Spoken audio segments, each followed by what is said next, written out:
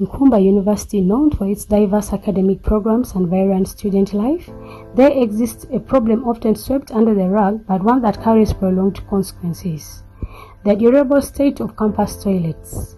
Among the worst affected are female students, whose health, well-being, and academic performance are severely compromised by these unsanitary conditions. Through interviews with students and staff, this feature uncovers the unseen toll that dirty toilets take on the lives of Nkumba University. Dirty toilets are not just an inconvenience, they are a breeding ground for infections. Jovia, the university nurse, emphasized the deep concerns about the negative impacts caused by these hygienic conditions. Actually, the concerns I normally get about students with dirty toilets, they are always negative. Yes, they always come in and complain about them getting infected with urinary tract infections due to the dirty toilets. So that concern is negative, but actually they don't work upon that issue. Yes, the cleaners clean the university toilets, but they have the toilets in their hostels, and those hostels, they have to clean those toilets themselves, but I think they don't clean those toilets thoroughly very well to prevent those infections. She noted that female students frequently suffer from UTIs and other health conditions, which significantly impact their lives emotionally and physical well-being. Yes, dirty toilet facilities affect these students. I think emotionally they're affected, because once you get the urinary tract infections due to the dirty toilets, first of all, your mind is going to be affected, because we already say unhealthy mind, unhealthy body is unhealthy mind. So when your body is not healthy, you're having an infection, so your mind is not going to be healthy. So in the end result, you're going to be emotionally affected. And secondly, those people, whenever they have those infections, they don't want to share with their friends, they don't want to share with the responsible people, maybe their parents. So they end up keeping those problems with themselves. So they stay silent with the disease. So they end up coming here when the disease has affected them with a bigger percentage, you understand? So they're affected and they keep quiet. So it affects them mentally, emotionally, it is affecting them. They don't share with their friends, they are quiet about the infections they are having. So I think it affects their mental well-being in that way. Namata Daisy, a nursing student, emphasized the discomforts and inconvenience caused by the state of the toilets in the university halls. First of all, these dirty toilets, they really cause discomfort. For example, when you go to use them, they really cause discomfort, and as a person, you may fail even to use them, or it will really disturb you so much. These dirty toilets also pollute the environment. They really bring inconvenience to us, more so us who stay near them, and it really disturbs the way we do our daily activities. It really inconveniences us. These dirty toilets also bring UTIs, urinary tract infections like candidiasis, and really most, like 80% of the students have really been affected by this disease. Esther, another student, explained how these infections don't just interrupt their daily life. They take a longer period of time and a lot of money to treat. The dirty toilets have affected me now that for the long impact factors whereby it takes long to heal.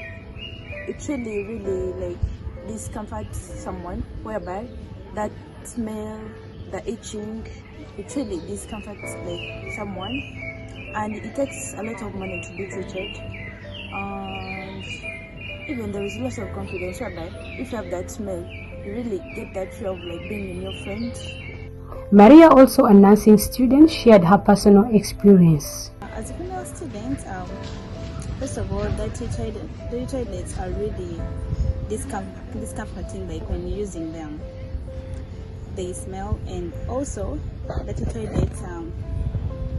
I personally been a victim of infections. I got an infection, I think, recently this semester, and it really took me some amount of money to treat it. So dirty toilets really cause infections among us.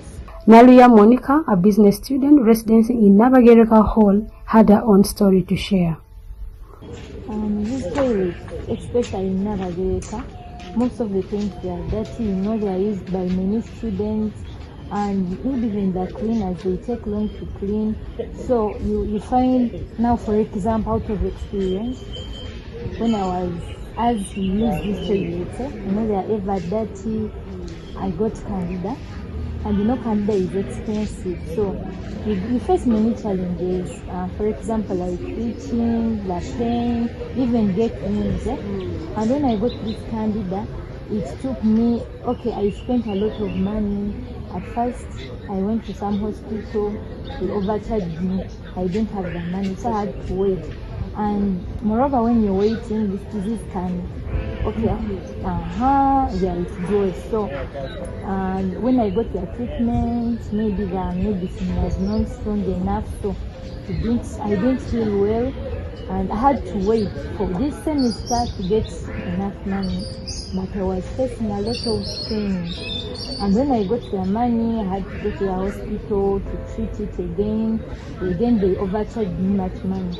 So, in addition, when you're adding that money, it costs a lot of money, and it takes time to heal and even face many challenges.